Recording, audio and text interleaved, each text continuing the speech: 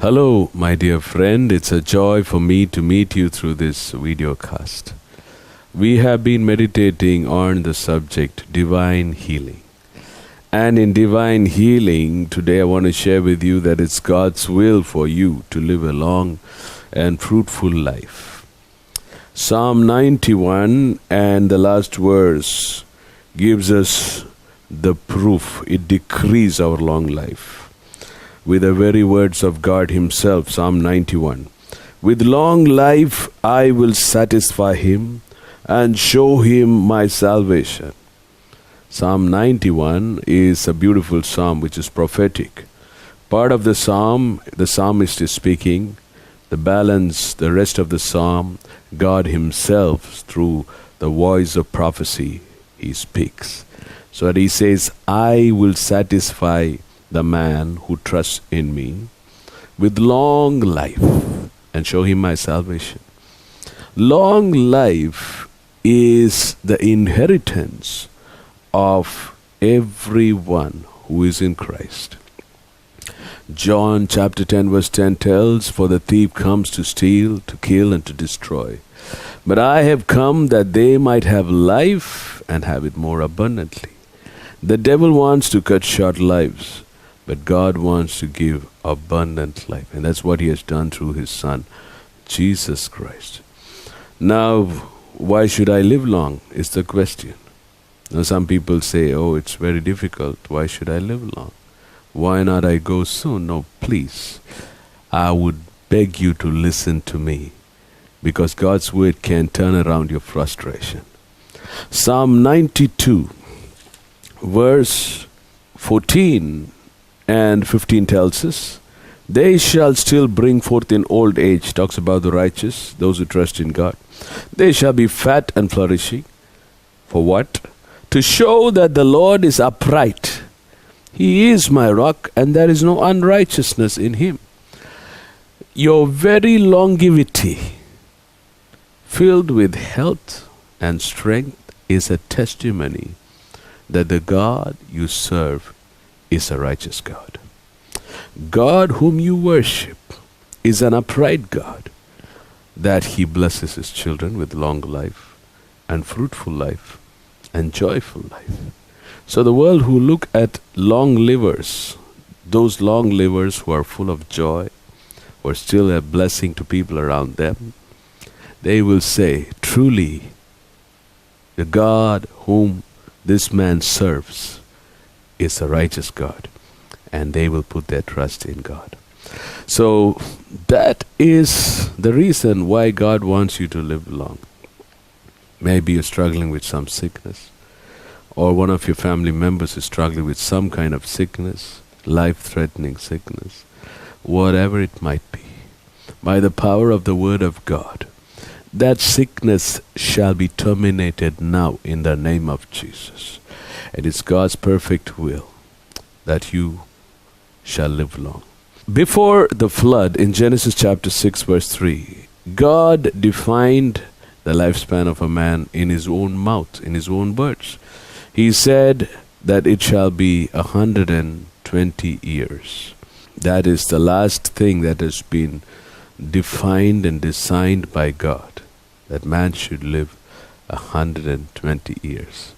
After that, in Psalm 90, we see the Psalm of Moses, where Moses himself says that the lifespan of a man is 70 years.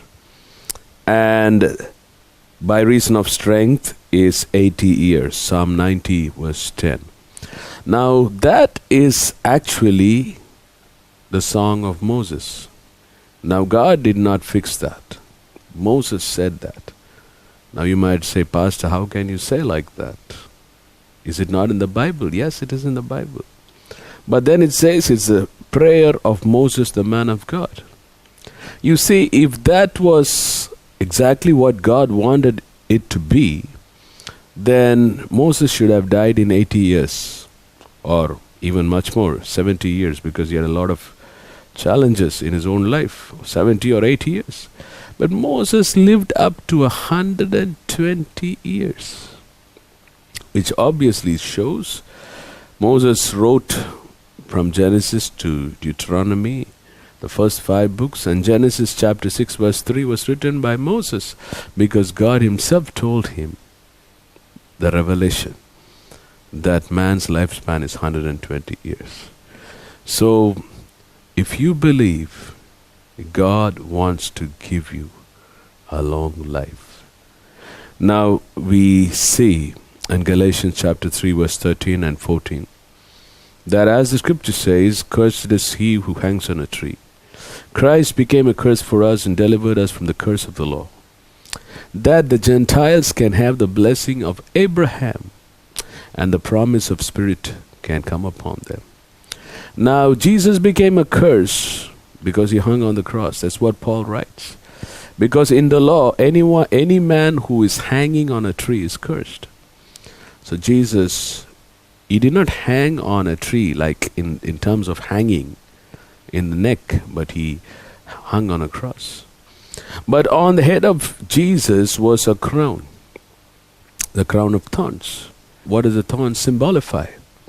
I am 200% sure that that thorn symbolifies the curse that God spoke on the land, on the earth, after man had sinned, because there was no thorns before that.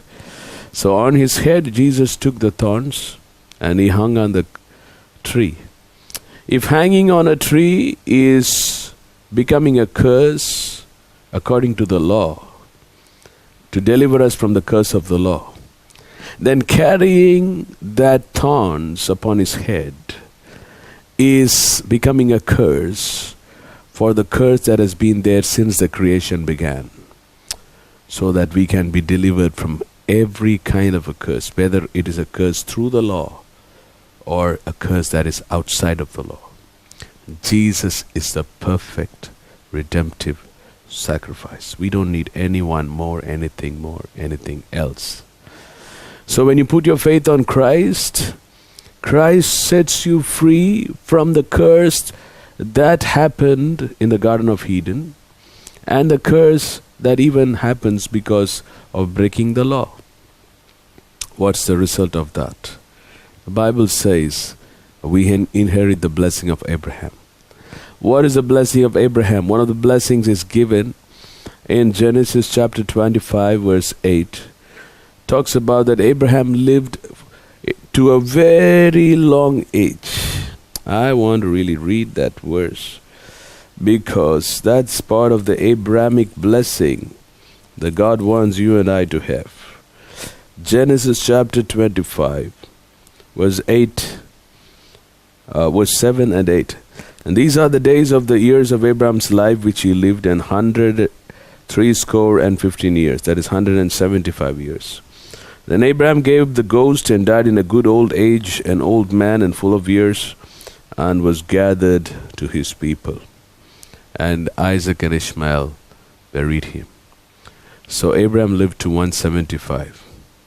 And then we see Jacob, when we go to Genesis chapter 35, we see in verse 28, the days of Isaac were 180 years, 180 years.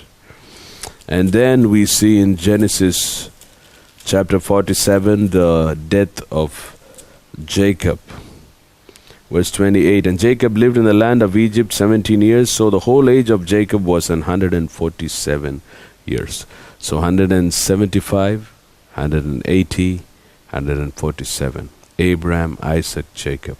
Abraham's blessing was upon his children, and through Christ you belong to Abrahamic covenant.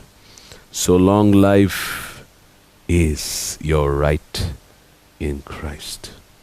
Believe it, claim it, and you shall have it for God's glory.